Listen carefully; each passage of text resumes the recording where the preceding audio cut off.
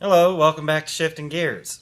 Today we're working on my personal vehicle. This is a Jeep that was given to me for putting a motor in a Dodge truck.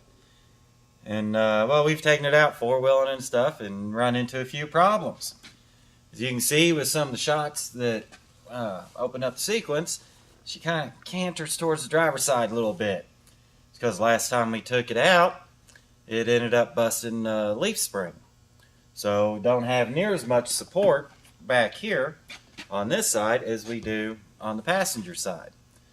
So today we're going to fix that by lifting her up. And in lifting it up, we're actually going to try to show you a budget way of doing it. Now there are a few things that you absolutely have to have. Figure out how much of a lift you're going to put on it.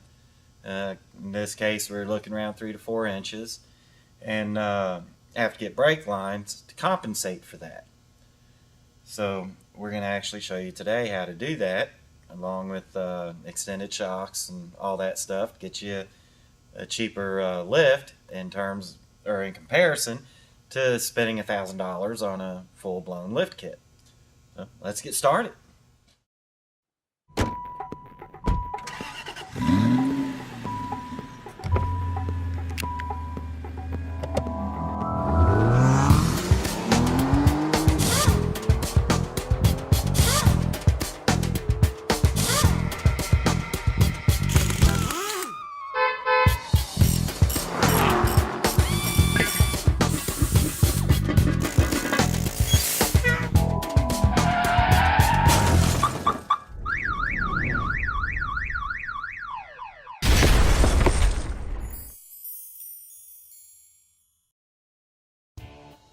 Okay, so as you can see here on the floor, this is pretty much the basics of what you're going to need. You're going to need extended shocks.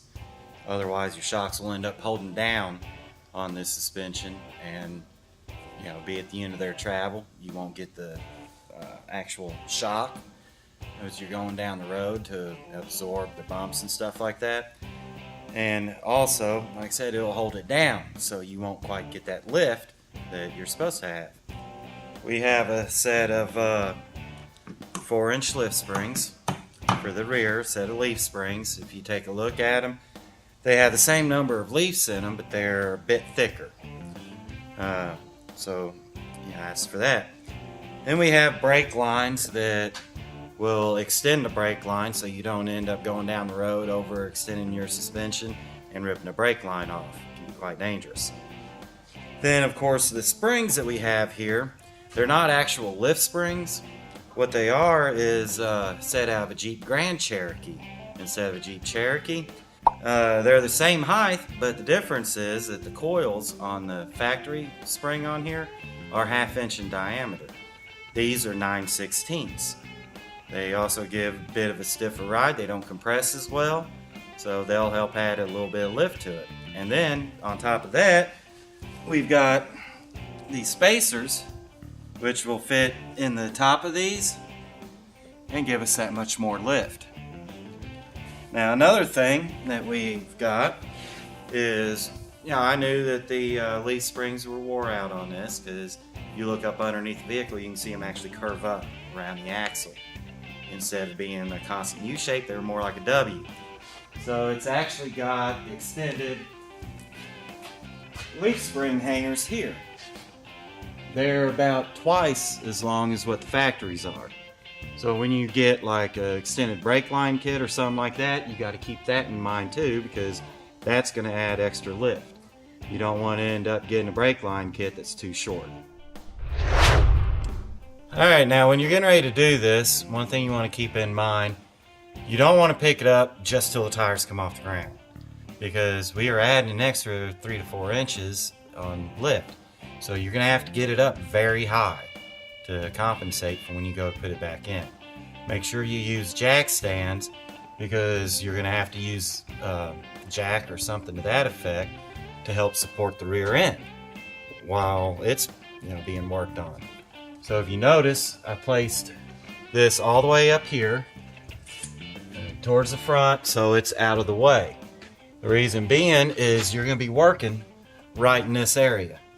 So you want to make sure that you're not working around this, as much as possible, but at the same time you don't want to go too far forward, because when you pick it up you just want to lift the rear end, not the front end and everything.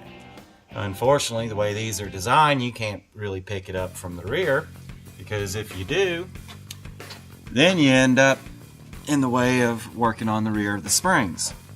So, just keep those things in mind. Use your head, use safety, jack it up, get your jack stands up as high as you possibly can.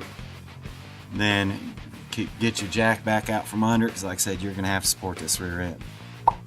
This is something that absolutely would be better if you had help, somebody to give you a hand while doing it, so that the rear end doesn't try to roll off the jack on you and you end up getting hurt. Another thing is, if you're out in mud and you're laying on the ground on your back, you're trying to do this, keep in mind all that dirt and stuff's going to be falling right in your face. So you might definitely want to use like some safety glasses or something like that covering your eyes, so you're not trying to get dirt out of your eyes every few seconds or possibly damage your eyes. Alright, so now let's get her jacked up and get started. Okay, now that we're getting ready to get started, one thing I want to mention. Once I realized we were going to be doing this, I pulled it in yesterday and sprayed every bolt that we're going to be touching with some penetrant. Of course, these we're not really going to have to worry too much about, because I'm not all that concerned about pulling that off, but go ahead and give them a spray anyway. And along with your U-bolt bolts. So make sure that you definitely get all that stuff sprayed. It's going to make it a lot easier on you coming off. Now, one of the first things we're going to do is I'm going to go ahead and I'm going to do the brake line first. The reason being, it's going to have to be done. If we wait until after we get the springs and stuff in, there's a good chance we may overextend it, break it, which is no big deal. We're replacing it, except for the fact that it's going to be dripping all over you when you do it. So I'm going to clamp that off. Let's see.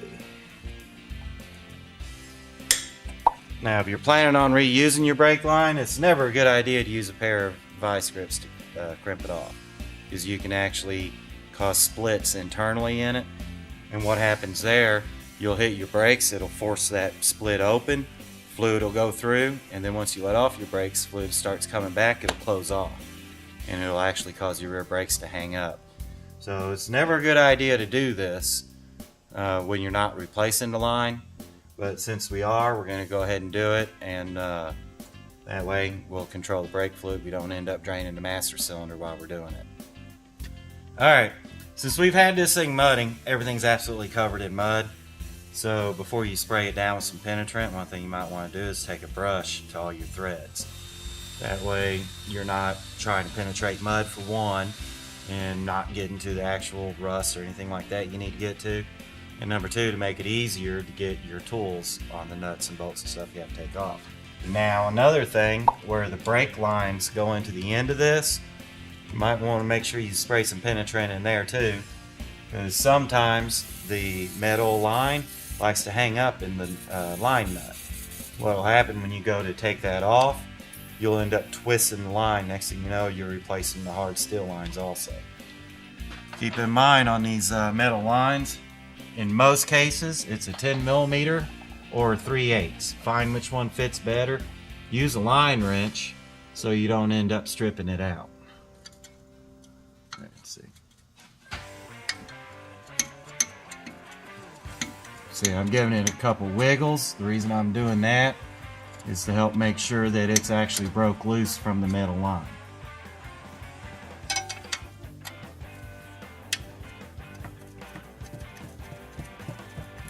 Now that it's actually busted loose, instead of fighting with your line wrench, you can take a regular wrench and go ahead and spin it out.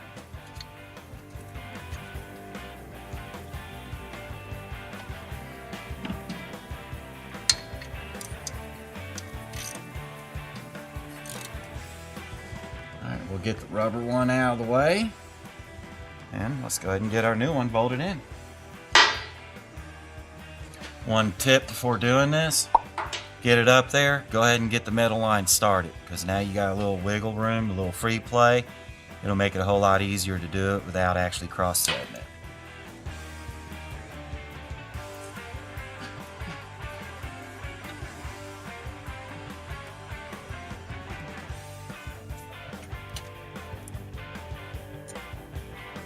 Got them started. Get it bolted back in.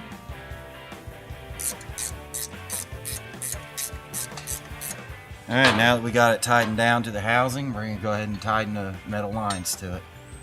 Once again, use a regular wrench until they get good and snug, and then switch over to the line wrench so you don't strip them out. Alright, now one thing you want to keep in mind when you're tightening these lines, this is somebody else's homemade line. They did a really crappy job, which is something I'm going to correct in the future. You don't want it hanging down like this, because if you're off-roading, something can come right through here, catch that line, and rip it off. You want that line to actually cross about midway on the axle there. So keep that in mind. Now, another thing that you have to watch out for when you tighten this line, you tighten the nut on the line, odds are this part of the line is going to try to move, because it's pressed firmly up inside of that brake hose, so it's going to try to move with your nut. If you watch it as I tighten it,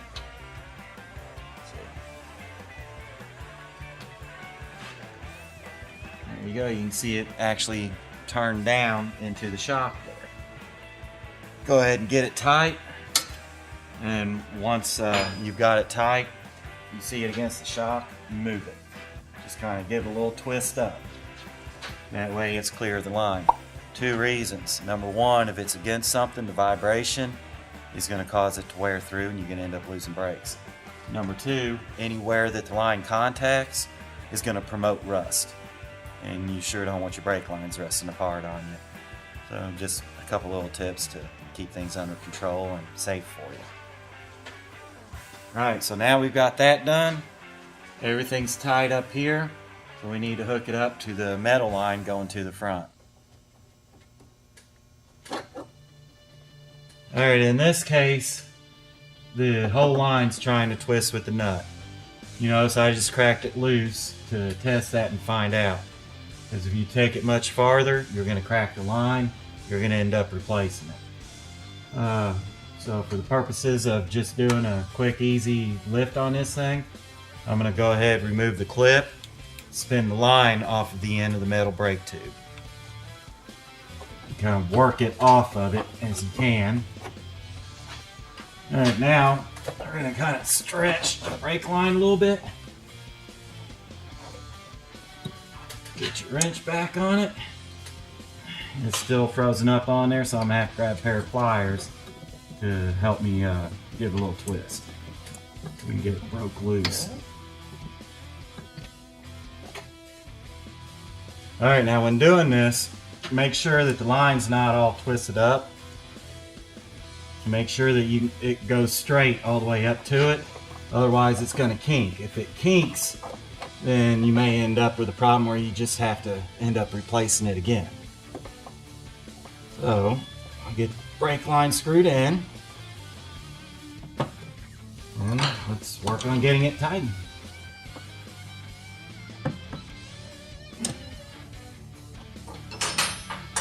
Alright, now in this case, instead of using the original clip to go on it, this one actually uses a nut.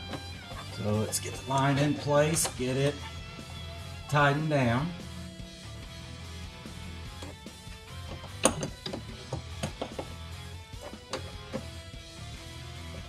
Brake line's installed.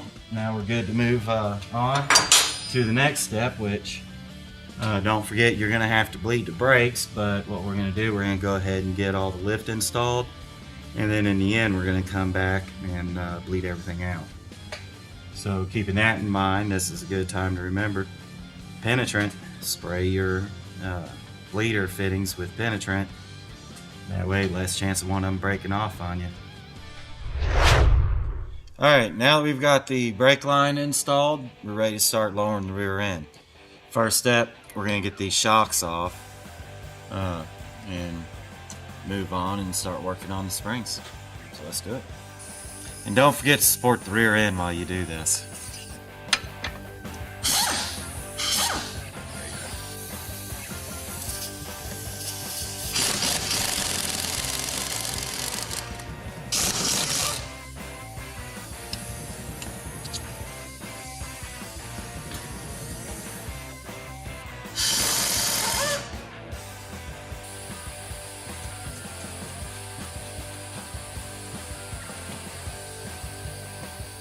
Okay, now that we've got the shocks off, it's time to unbolt the shackles. So we'll go ahead and get those taken care of.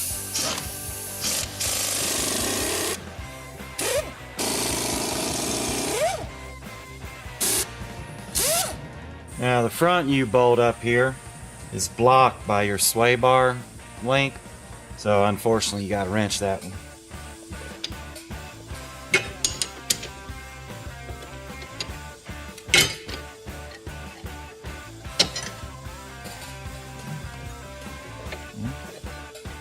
Keep your plate set it aside because you're going to be using it on the new ones. Now we don't have to get this helper off, but I'm going to go ahead and just get it off, get it out of the way.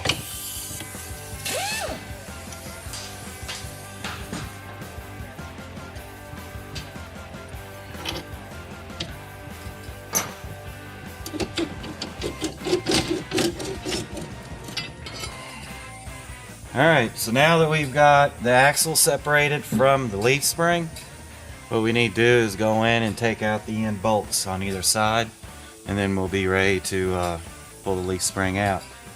Now keep in mind on your rear shackle back there, loosen up your top bolt also, because it's going to need to move a little bit as you put your new spring in, so don't forget that step.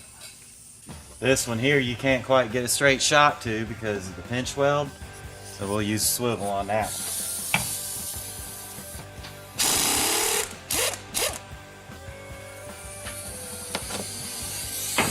Alright, at this point where the leaves hang above the axle, you can go ahead and pull that bolt out. Now if it was like on some vehicles where they come below the axle, you might not want to pull that yet until you have a second hand to help hold it in place. And another little trick here,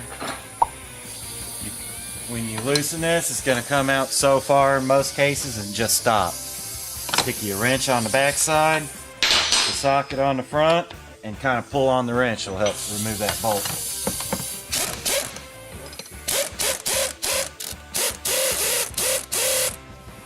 Usually. Being stubborn.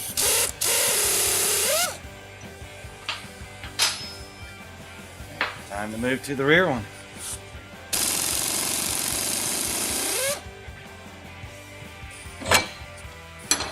Alright, now that we got those unbolted, since I'm right here, I'm going to go ahead and loosen up the top of the shackle. Unfortunately, there really is no access for an air tool, so I'm just going to loosen it up with a ratchet.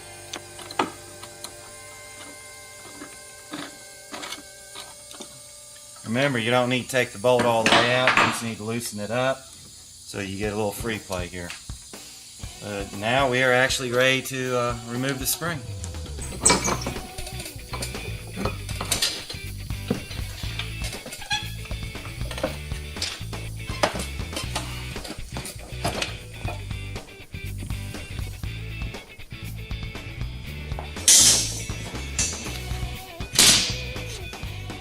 There you go, you can see the difference in the springs now.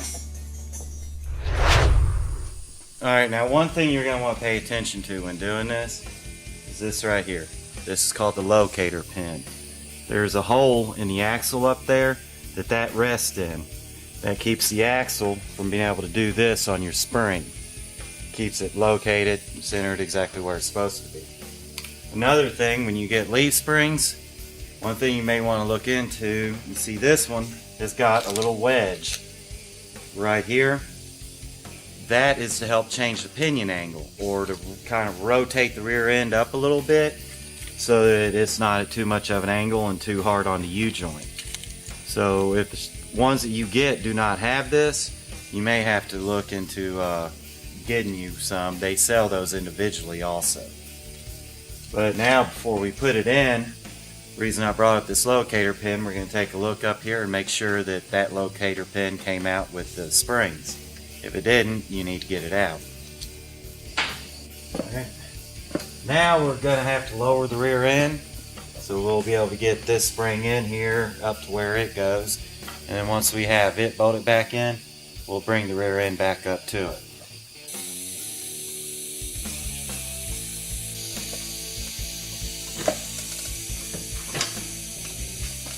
we got it pretty much set in place. We're going to go ahead and start the front bolt, and we'll move and get the rear in place.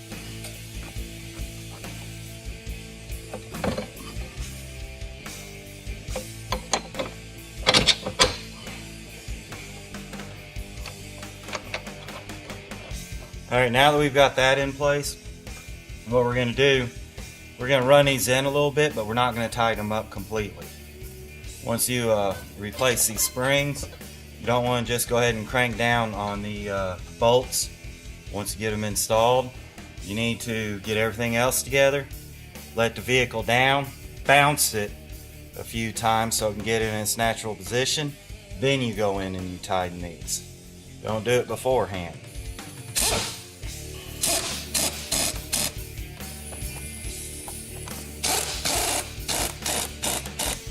Alright, so now it's time to bring the rear end up to the spring and get the U-bolts installed. Okay, as you notice, the locator pin and the hole that it goes into are not lined up. So you have to watch that, get them lined up as you raise the rear end back up to it. So keep that in mind.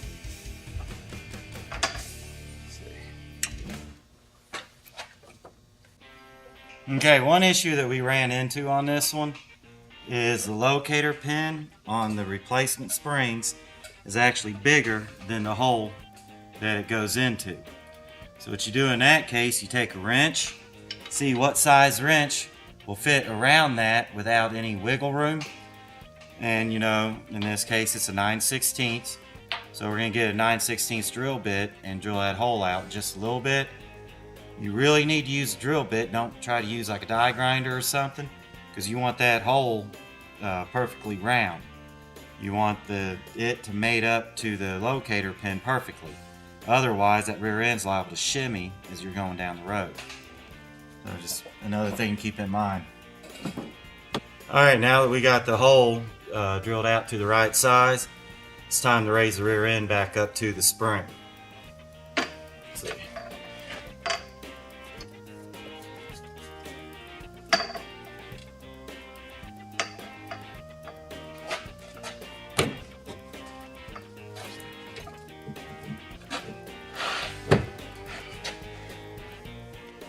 Alright, I decided to go ahead and get some new U-bolts for the leaf springs. The reason being, if you take a look at them, see these are straight, those are kind of cockeyed.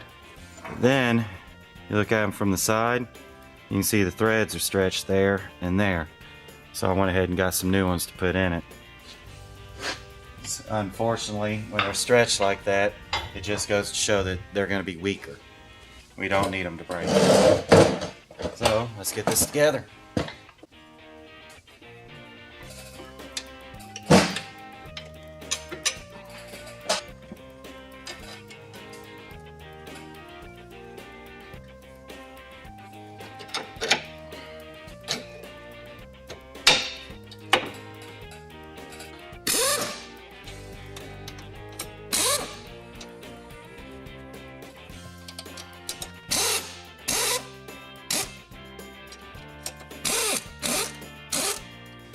Okay, so we got the U-bolts installed now.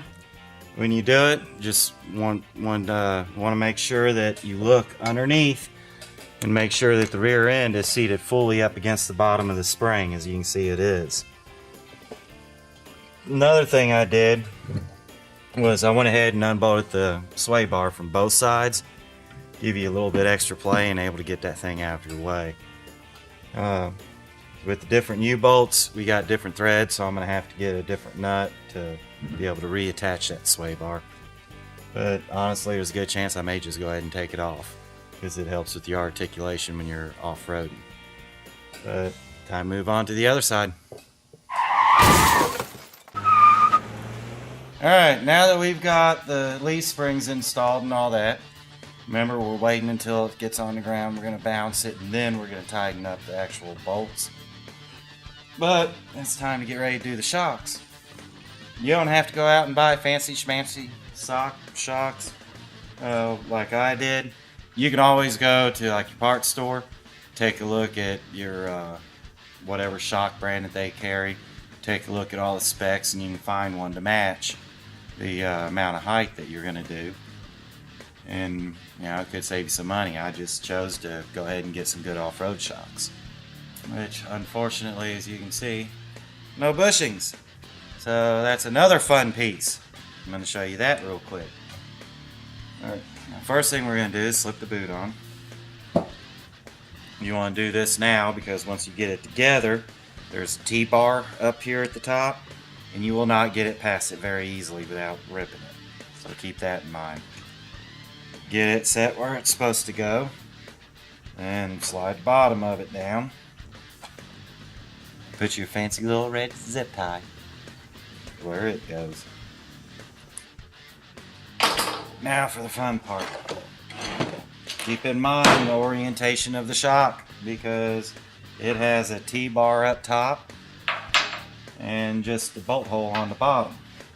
Anytime you're doing this, you got metal and rubber, carb cleaner's your friend. You can do this in a press. You can do it with like a C-clamp or something like that. In this case, we're going to show you how to do it with tools that you would normally have at home. So we're going to spray the shock. We're going to spray the bushing. Set your bushing in place. Get you something that you can put on it and smack and just tap it down.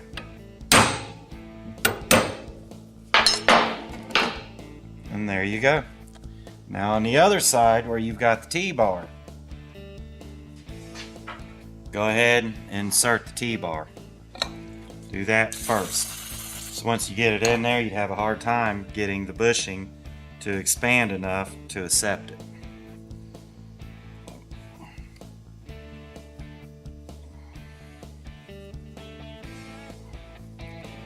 Same thing. Get you a socket. Spray your shock. Spray your bushing. Found a socket that fits over the T-bar and tap her down into place. And there you go. Wasn't that bad at all. Alright, so now we got the shocks ready. We're going to go ahead and install them. First things first, we're going to mount the T-bar. The reason being, it can actually sit in there and twist.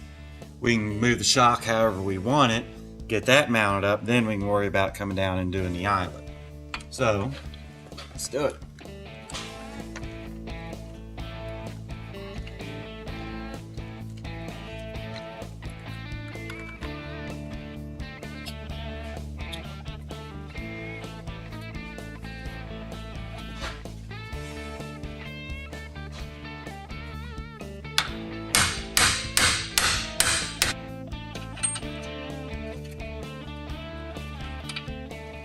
Alright, now that we got this in place, we'll go ahead and get it tightened up.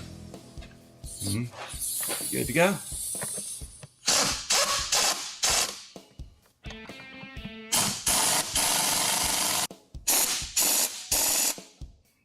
Alright, we got this side together. Time to move over to the other side. Almost ready to put the rear wheels back on it. Okay, so now we got the rear lift installed. And we went ahead and bled the brakes, set it on the ground. Don't forget, now's the time that you want to bounce the vehicle to get the springs and everything settled about where they're going to naturally want to be. And then go ahead and tighten your springs. So, and have a little fun.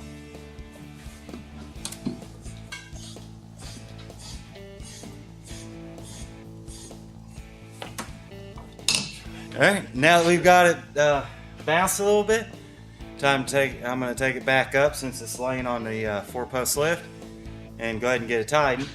For you guys without a lift, this is where it sucks. You have to get on the ground and do it.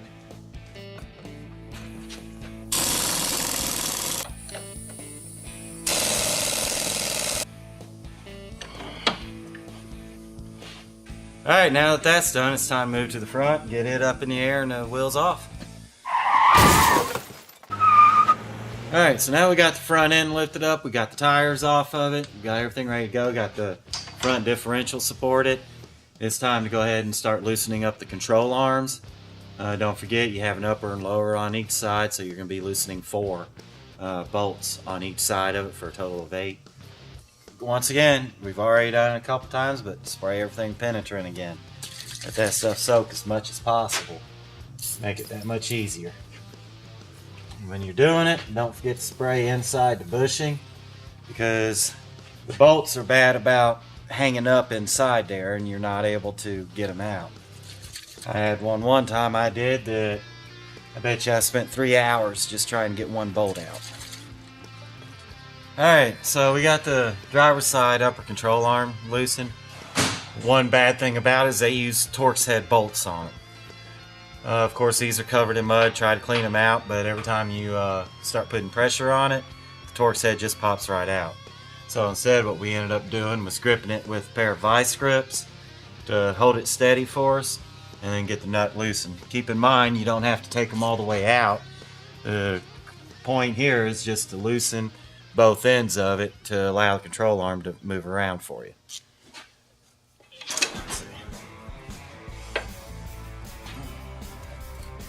Of course, where they got them, there's not a whole lot of room.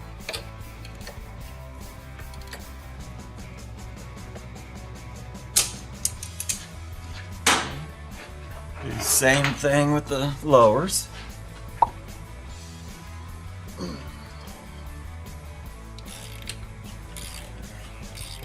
Now for the rears.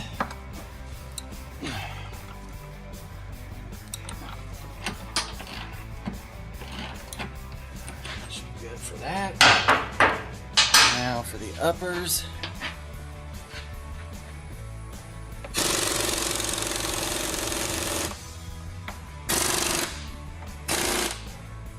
Alright, now that we've got all the control arms loosened, we're going to go ahead and pull the drag link and stuff like that off.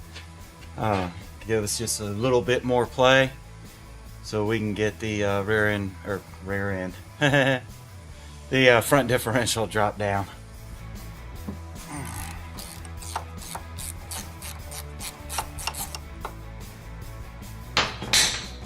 Alright, now remember, you look in all the books and stuff, they're going to tell you to use a pickle fork. Get in there, smack a hammer into it, knock that loose. But you use a pickle fork, you can tear that boot all to hell. We don't want that, so I'll show you how to do it without tearing the boot up. First off, get your nut back in place. Start a few threads so that this doesn't end up dropping and hitting you in the head or something like that. Others may find it comical, but I guarantee you wouldn't.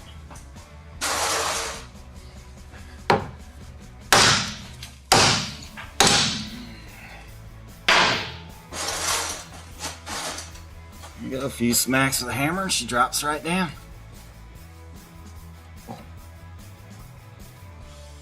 So now that part's clear. That'll be one less thing hanging us up there. Now we're going to unbolt this from this side for the exact same reason.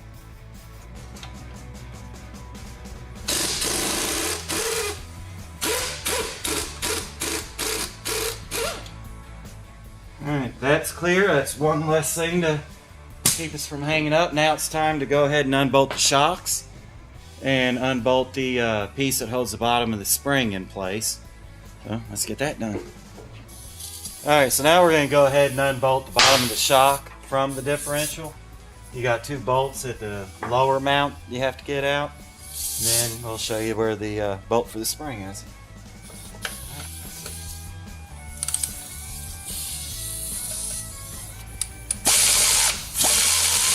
Alright, so now we got shock out. We ran into a problem with one of the bolts stripping out on us. Of course, it was a more further forward bolt, so we had to cut the bottom of the shock.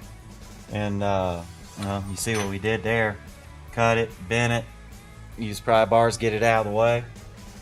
But yeah, now we've got all that done. We're going to go ahead and loosen this bolt, which is the hold down for the lower part of the spring, and we'll get her taken care of.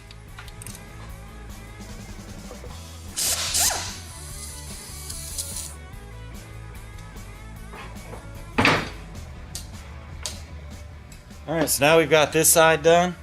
We're going to move over to the other side and start lowering the front differential. Alright, so we got one side done. We're going to go ahead and show you what we had to do to get it done on this other side. We actually have to unbolt the lower control arm, swing it out of the way. That'll allow the side of the differential to come down enough to get your spring and stuff in there. So be prepared for that, and of course in order to do that you're going to have the front end jacked way up off the ground to give you clearance if you're doing this on your back.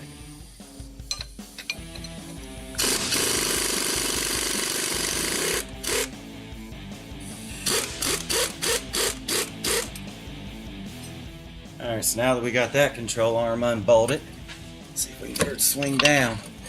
Unfortunately the rear one's seized up, so it may not be that easy.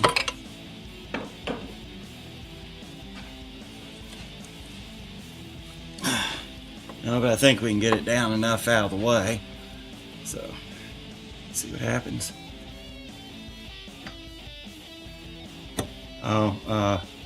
Also, if you don't have the extended brake lines on it yet, you're going to have to go ahead and unbolt the caliper. So keep that in mind also.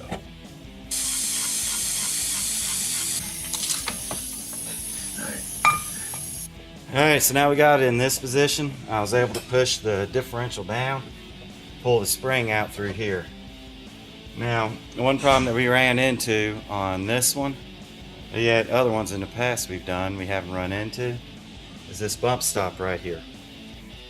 The end of it is too big to be able to get the spacer around it, so we actually cut it off on the other side. So keep that in mind, that's something you may have to do. It's quite thick, heck of a weld on there, so it's interesting, so be prepared if you have to do that.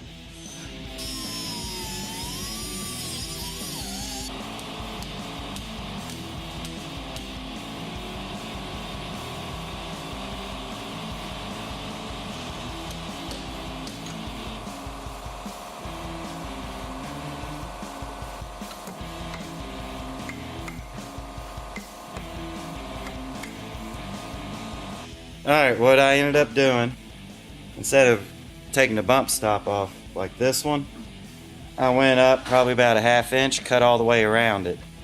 And from there, once I got that cut off, I was able to take a hammer, tap that up in place. So now we're to the point we're ready to put the spring in. This is where it'd be handy to have some help, because in order to get the spring in, somebody's going to have to pull down on the differential for you. Either with, jam a pry bar or something like that in there, give you a little leverage, get it down so you can work that spring in. Unfortunately, I'm using some different springs along with this spacer, so it makes it even that much more difficult.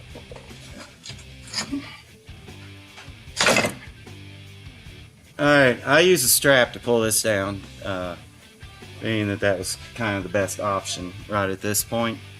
But for you, get somebody with a pry bar or something and try to get it wedged in there and pry it down enough so you can get the springs in and out. It wasn't all that easy, but we got it, so expect a battle when it comes to that. Now, before we go much farther and try to lift that back up where it needs to be, we're going to go ahead and put the lower strap on the spring to hold it in place, just for safety's sake. Alright, I got the strap in the lower part of the spring. If you take a look at the spring from the side now, you can see it's kind of angled forward. If you jack it up, it's going to kind of want to bow. That's why I went ahead and put the lower strap in to help hold that so it doesn't go anywhere. So keep that in mind, safety first. Alright, so now that we have that done, it's time to raise the differential back up, get the control arm back in.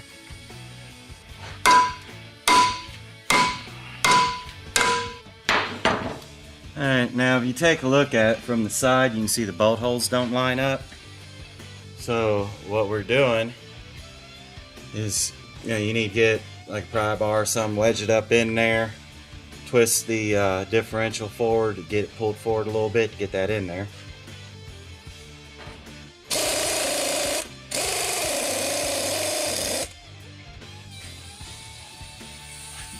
Alright, now that we got the control arm in place, we can go ahead and lower the differential. Alright, so now that we've got all that done, it's time to hook the steering back up. One thing that might make it easier, especially if you're doing this on the ground, is to leave the steering wheel unlocked, because all this is going to be in a different location now. So when you pull it up, you can see the hole doesn't line up. You can just push the pitman arm over just a little bit. Not quite that far. Get it back up in there and get your nut on it. Alright, we got that started now. Now another thing to keep in mind, so once again, the front differential is going to shift. So when you go to put your track bar back up, we're missing by about an inch or so. So we can't get it on there. That's where, you know, if you have an adjustable track bar, you can adjust it and get it over there. If you don't, one thing you can do is run a strap from the differential to a hole in the side of the frame and start ratcheting it until you get your hole lined up, which is pretty much about the same thing I'm getting ready to do here.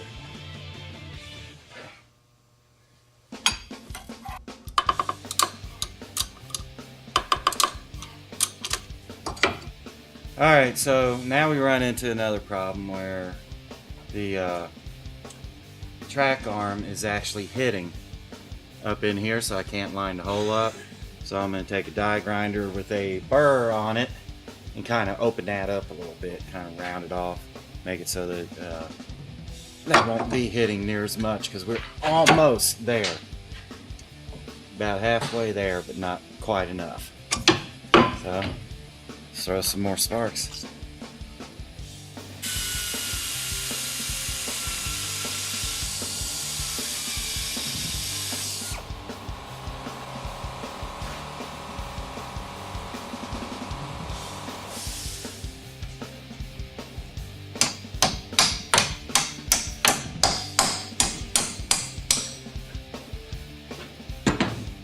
And there we go, problem solved. Alright, so now we got that done, we're going to go ahead and tighten up the castle nut up top. Keep in mind, a lot of times when you're tightening them, they like to spin on you. So the best thing you can do is get a little jack or something, put a little bit of pressure on. Don't put too much because you can bend it. But put just a little bit of pressure on it, try it, a little bit more, try it until it stops spinning and you can get that castle nut tight. Alright, so now get your cotter pin in there, and of course fold it over. Once you get it all back together, your steering wheel is no longer going to be straight. Be forewarned about that. What you want to do is actually move it back and forth, make sure you're going in a straight line. Then you can loosen this nut here. Let's see, this nut and this nut. You can take a pair of channel locks, turn this, and that will straighten your wheel. Now one thing you want to pay attention to, there's actually a crack in it that you can see through. Make sure that you don't turn it so much that you run out of threads. So, you know, that's a tip to get your steering wheel straight, and it won't mess with your alignment. Alright, it's time to do the shocks on it now. So, part from the top, part from the bottom. On the original shocks on this, I actually have a hex head on the underside. So you get a wrench in there, hold that, and then spin the top off with a ratchet or air tool.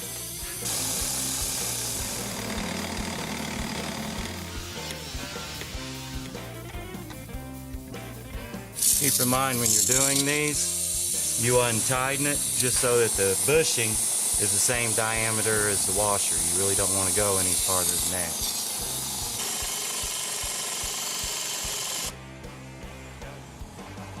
Alright, on this one problem that we ran into on the driver's side shock is access. They have it right below the master cylinder. So you can either unbolt the master cylinder, move it out of the way, or actually what I did was unbolted the air box, and then after getting it out of the way, I was able to get in there with a wrench and wrench it off. So be prepared to have to deal with that.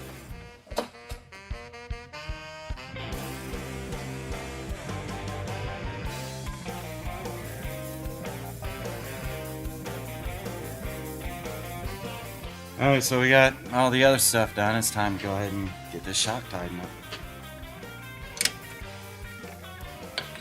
So.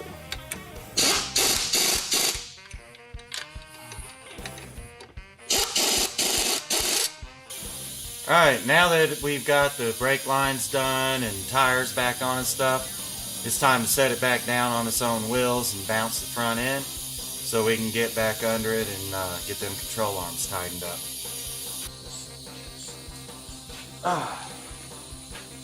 Alright, now we've bounced it a few times. Let's get these tightened up.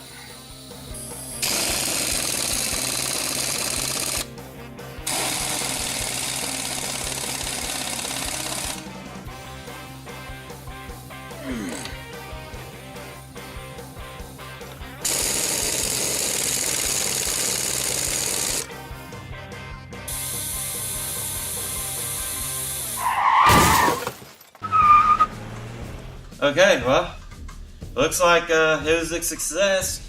It was on the just about on the rear tires before. It got jacked up pretty good. Keep in mind, you know, really, it's a minimum 2-person job. Really, I had lots of excess stuff to help me out. If you try and do this on the ground, boy, you're gonna work your hiney off. So expect that. But now we're about trail ready. Just need to get some bigger tires for it. And keep in mind, depending on how high you go, you may have to get a adjustable track bar for your lift, and you know, may have to get like lowered pitman arm too. But other than that, it's time to go out and enjoy this. Don't forget to like us on Facebook and subscribe to us on YouTube. We'll see you next time. Thank you.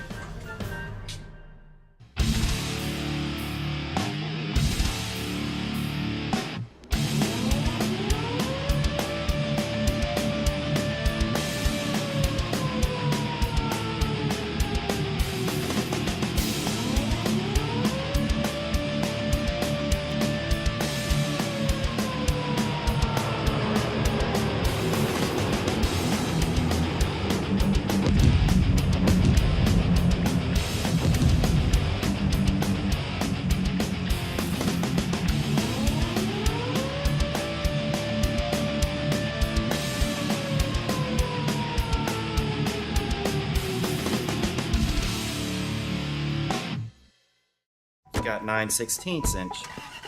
Blah, blah, blah, blah. Let's try this again.